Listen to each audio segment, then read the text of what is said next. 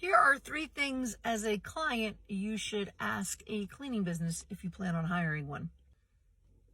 First, it's always good to ask the cleaning business, or really any type of service industry that's going to be working on your house or your office, if they have liability insurance.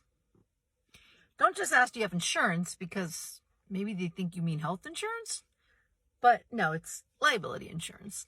Liability insurance will protect you if the cleaning business accidentally breaks a piece of fine china or accidentally knocks over a flat screen TV and breaks it. If the cleaning business does not have liability insurance, they may not end up paying whatever damage they did because they can't afford to pay it. It's good to hire somebody with liability insurance.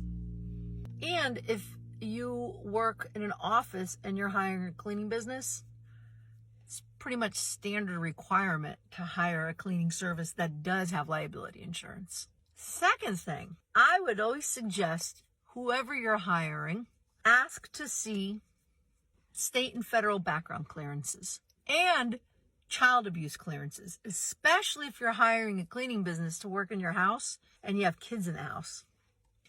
You can hire whoever you want. This is just my opinion. I have kids. I want to make sure that whoever's going to be working around my kids has a clean record, especially not a registered sex offender. So asking to see their background clearances, updated background clearances, is pretty important. I get my background clearances updated every few years.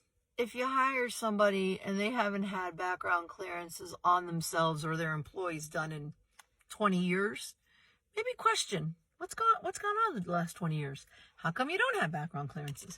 Again, you don't have to, but I personally think if you're going to hire somebody to work in your house, especially if you have kids, good idea to ask if they have any sort of criminal record. Third, always a good idea to ask a cleaning business to see a copy of their terms and conditions. What are terms and conditions? Well, terms and conditions pretty much outlines what the cleaning business will do in your home.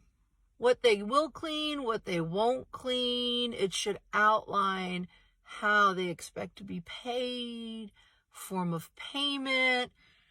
If someone's sick in the house, are they going to show up? If they're sick and they have to cancel, cancellation policy, pet policy, cleaning during a pandemic, yada, yada, yada. It covers a lot of things that the cleaning business should be able to explain to you what's going to happen in your home or your office. If they don't have terms and conditions, I would probably question how come. Maybe they're a new company. Maybe they haven't written one up yet, but it is a good idea for a cleaning business to have terms and conditions. That way, it helps prevent any miscommunication between the client, yourself, and the cleaning business. You know what to expect. The cleaning business, knows what to expect from you regarding payment, what they expect the home to be like when they get there to clean, or the office, or what will be done or won't be done.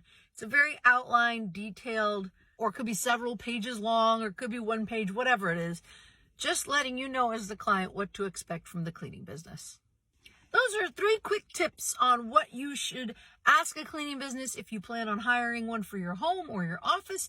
And if you like those tips and you want to hear more, because there's more things that you can ask a cleaning business if you plan on hiring them, drop the comments down below. Like, share, love, heart, all that good stuff. Let me know if you'd like to know anything else. And what questions do you have that I can answer for you?